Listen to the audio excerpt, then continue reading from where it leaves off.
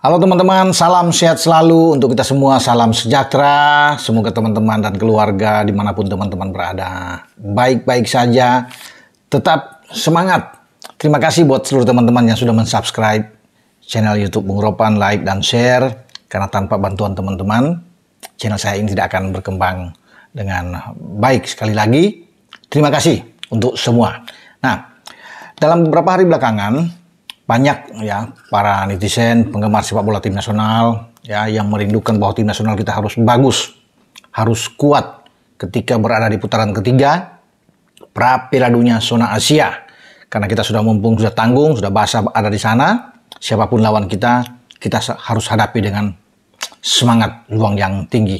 Nah, tergantung dari hasil undian nantinya pada tanggal 27 Juni akan datang di Kuala Lumpur di markas AFC siapa lawan-lawan kita. Namun pemain-pemain juga harus disiapkan dengan baik untuk menghadapi putaran ketiga, dan itu sudah dikatakan Pak Erik ingin serius benar untuk melihat ya potensi kita, peluang kita untuk bisa berbicara lebih jauh lagi di kualifikasi Piala Dunia zona Asia ini.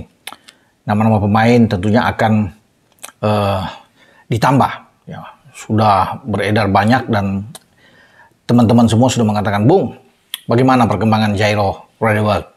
Karena beberapa waktu yang lalu kan di media ingin datang ke Indonesia tapi kemudian batal, sehingga bisa ada yang mengatakan, wah ini nggak benar bagaimana ini. Padahal Jairo ingin datang, cuma mungkin ya belum ada panggilan ya, belum ada keseriusan untuk bisa mendatangkan dia. Dia ingin mungkin datang langsung jika ada kesepakatan serius untuk bisa mendapatkan dirinya untuk diambil ya. Tapi kemudian diurungkan, tidak jadi. Nah, kemudian kenapa ini tidak bisa jadi? Nah, saya coba untuk mengkonfirmasi ini biar tidak hoax ya, tidak menimbulkan banyak pembicaraan di luar sana, sehingga saya harus mengecek langsung ini. Bagaimana potensi seorang Jairo Radewald ini, pemain berusia 27 tahun yang lahir pada 9 September 96 itu, apakah dia punya peluang, punya kesempatan untuk kita ambil, kita naturalisasi dan dia memperkuat tim nasional kita. Karena kalau dia datang top lini tengah kita, punya gelandang bertahan yang bagus. Ini gelandang bertahan yang tidak main-main. Grade A+, kalau bisa saya katakan, bermain di Crystal Palace. Ya, walaupun pada musim yang lalu 2023-2024 dia hanya bermain 9 kali, tapi dia terlibat di dalamnya ketika mengalahkan Liverpool di Anfield saat itu. Wah, luar biasa bagi Crystal Palace mengalahkan Manchester United bahkan dengan 4 gol, dan dia selalu masuk di babak kedua. Ya, dan Radewald ini ya tidak diragukan lagi sebagai seorang gelandang bertahan yang mantap. Namun untuk bisa kita ambil nampaknya ini sulit ya. Ini sudah bisa dijelaskan oleh Pak Ketua. Saya coba menanyakan ini dan Pak Ketua sudah menjawab langsung teman-teman ya. Jadi sehingga tidak menimbulkan ini kapan Jairo. Nah, saya tanya banyak netizen ini yang saya chat ya, berbicara dengan Pak Erik ya, orang yang sangat baik, ketua umum yang punya ambisi besar untuk memajukan sepak bola Indonesia, terutama tim nasional. Dan kemarin dia ingin membenahi kompetisi kita agar lebih baik ke depan, agar bisa berbicara yang terbaik di Asia Tenggara. Jadi ini sudah 1 tahun berjalan kepemimpinan Pak Erik, itu sudah banyak ya langkah-langkah yang bagus, prestasi di tim nasional, maju dari peringkat FIFA juga kita terus bisa meningkat dari 173 atau 174, itu sekarang sudah 133. Sangat baik memang. Dan banyak pemain-pemain juga yang diaspora yang kita ambil. Sekarang sudah resmi menjadi warga negara Indonesia, tentunya pemain Indonesia. Jairo ini yang ditunggu-tunggu ya oleh para penggemar sepak bola tim nasional. Nah, saya coba bertanya ini teman-teman ya di sini. Yang saya bicara ini ada ya chat saya dengan Pak Erik. Banyak netizen berharap Pak Ketua datangkan Jairo Radewald. Termasuk saya bilang di sini ada Kevin Dix dan Ole Romeni. Saya bertanya. Nah, ya ini teman-teman ya, Pak Erik jawab nih, ada di sini nih, ya, itu pertanyaan. Kalau Jairo itu berat, nah itu jawabannya singkat aja Pak Ketua.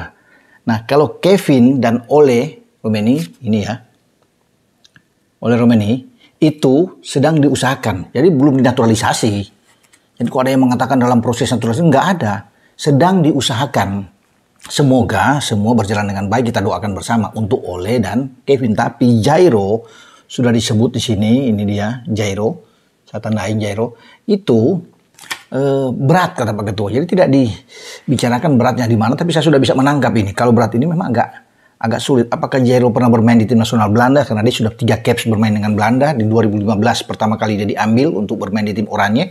Tahun 2016 dia pertama kali tampil, debut bersama dengan tim Belanda, walaupun dalam sebuah pertandingan yang tidak resmi. Tapi dia sudah mengawali itu pada 2016 ya, menghadapi Turki. Ketika jadi sudah ada 3 caps dia. Nah, ini mungkin yang dilihat oleh Pak Ketua agak ribet, agak sulit ya. Walaupun mungkin ini masih bisa diolah dengan baik, tetapi kan lagi-lagi nantinya mungkin pengurusannya agak berat, nanti berhadapan dengan CAS dan sebagainya ya. Sehingga saya berasumsi bahwa Jairo ini mungkin akan dikesampingkan dulu. Akan melihat pemain-pemain yang lebih enak untuk diambil ya, untuk bisa bermain dan tidak mungkin akan menimbulkan masalah-masalah lain. Padahal saya ingin Jairo ini bisa datang. Kalau dia bisa bermain kan bagus. Nah, Jairo sudah secara terbuka ingin ya senang bermain di Indonesia, ya bermain tim nasional Indonesia, tapi tergantung dari federasi. Ya, keseriusan federasi, keinginan federasi untuk berbicara dengan dia. Tapi itu tadi, kalau Pak Erik sudah mengatakan agak berat, ya berarti sudah teman-teman bisa melihat ini tidak akan mulus ya. Jadi saya beranggapan bahwa memang sulit bagi Jairo, walaupun dia punya keinginan ingin bermain di tim nasional Indonesia. Dia menanggalkan mungkin Suriname-nya, dia memilih Indonesia.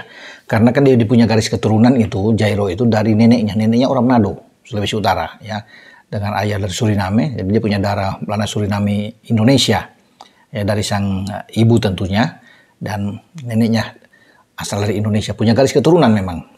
Tapi ketika Pak Ketua mengatakan ini berat untuk Jairo, untuk dia dinaturalisasi, nah saya tidak meneruskan lagi, karena kan pasti sudah ketahuan bahwa memang agak sulit, kecuali yang tadi itu yang saya tunjukkan kepada teman-teman ya, itu chat WA langsung yang dibalas oleh Pak Ketua. Ole dan Kevin masih diupayakan masuk dalam pantauan radar PSSI. Nah, next ke depan tentunya akan ada langkah-langkah berikut dalam pembicaraan-pembicaraan ke depan. Tapi sayang Jairo ini ya, kalau bisa melihat dia ini sebelum gelandang bertahan ketika masih di Ajax, dia sebenarnya pemain bek tengah. Ya, di zaman Frank de Boer waktu itu, sebelum berganti ke pelatih Peter Bos di Ajax, dan kemudian Peter Bos ini ya menyulap dia, didorong sebagai gelandang bertahan, dan dia ternyata bermain bagus ya bersama dengan Ajax sebelum diambil oleh Crystal Palace.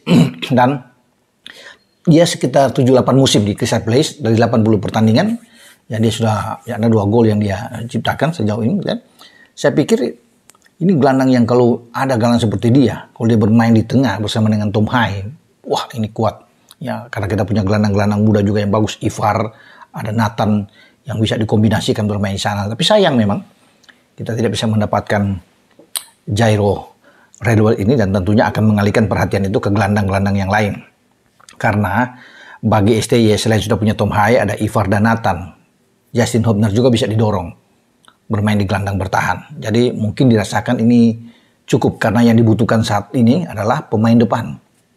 Harus mendatangkan paling tidak ada 2 pemain di lini serang yang kuat kalau kita ingin berbicara di putaran ketiga. Itu kan yang dalam pandangan PSSI Pak Ketua Umum. Di samping penjaga gawang tentu sektor yang sangat penting untuk bisa dilihat. Makanya Martin Paes itu di CAS sedang berusaha ya di bagaimana ini bisa bergulir, dia punya sidang ini paling tidak di Agustus nantinya, sehingga dia bisa tersedia pada bulan September ketika mengawali itu di 5 September, karena akan putaran ketiga ada di sana.